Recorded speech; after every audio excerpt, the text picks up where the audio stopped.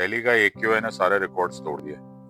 इस लेवल पे एक्यूआई आ गया है एयर क्वालिटी इंडेक्स पोल्यूशन का कि डॉक्टर्स बोल रहे हैं भाई पैसा है ना तो भाग जाओ दिल्ली छोड़ के वरना मारे जाओगे। और तुम लोग क्या कर रहे हो? कुछ नहीं कर रहे। हम लोग घर में अगरबत्ती लगा के बैठे हुए और हम लोग इवनिंग वॉक पे जाते हैं, हरियाली में देखते हैं, वहां पर ऑक्सीजन ही ऑक्सीजन है। हमारे ऊपर कोई असर नहीं पड़ने वाला। तुम्हें मालूम है किसी और कंट्री में, किसी भी और कंट्री में समझदार कंट्री होती है ना, तो वहां पर अभी तक नेशनल हेल्थ इमरजेंसी लग चुका होता।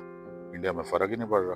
तुम अपनी गाड़ियों में निकल रहे हो, तुम अभी भी वॉक पे जा रहे हो, तुम अभी भी गेड़ियां मार रहे हो। ये एडजस्टिंग एनवायरनमेंट तुम्हें मिला कहां से? तुम लोग क्यों सरकार से पूछते नहीं हो कि this is murder by another name, कुछ करो इसके बारे में। इसमें तुम्हारी गलती नहीं है, गलती है तुम्हारे माइंडसेट की।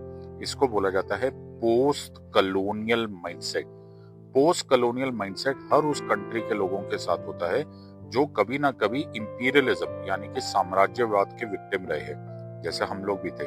1947 से पहले ब्रिटिशर्स हम पर राज करते थे।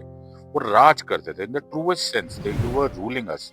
वो तुम्हें कोई अधिकार नहीं दे रहे थे, वो राइट्स नहीं दे रहे थे, वो तुम पर राज करते थे।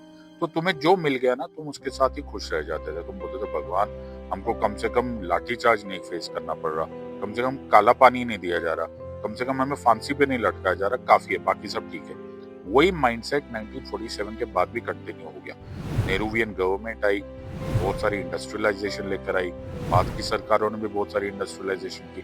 किसी ने ये सोचा ही नहीं कि ये सस्टेनेबल है भी कि नहीं है, क्या इसको बाद में हम झेल भी पाएंगे कि नहीं, क्या ये जो डेवलपमेंट हो रही है इसमें कोई प्लानिंग की जरूरत है भी कि नहीं। और आज वो हाल हो गया कि आज हम सबके गराज के बाहर गाड़ियां खड़ी है, लाइन में खड़ी है, ट्रैफिक जैम्स हो रहे हैं, लेकिन हमें ये नहीं पता ये सस्टेनेबल है कि नहीं। हम भूल गए कि यही ऑक्सीजन जिसके बेसिस पे हम जिंदा रह रहे थे, उन्हीं पेड़ों को हमने काट दिया। कहाँ से आएगा ऑक्सीजन? तुम जिंदा तो रहोगे नहीं। सो द आइडिया है ये जो पोस्ट कलोनियल माइंडसेट है ये इतने आराम से जाएगा नहीं। ये हमको एडजस्टमेंट सिखाता है। चार लोग बैठे होंगे, पांचवा आएगा बोलेगा एडजस्ट कर ले, बोले हाँ भाई एडजस्ट कर ले, तो कोई टेंशन नहीं। This is that adjusting attitude जिसको पोस्ट कलोनियल माइंडसेट बोला जाता है। मेरा सिर्फ सवाल ये है, क्या इस पोस्ट कलोनियल माइंडसेट के साथ हम वर्ल्ड नंबर 1 बन पाएंगे? थिंक अबाउट इट, सोच के देखो, क्या ये एक एडवांस कंट्री के लोगों के लक्षण है?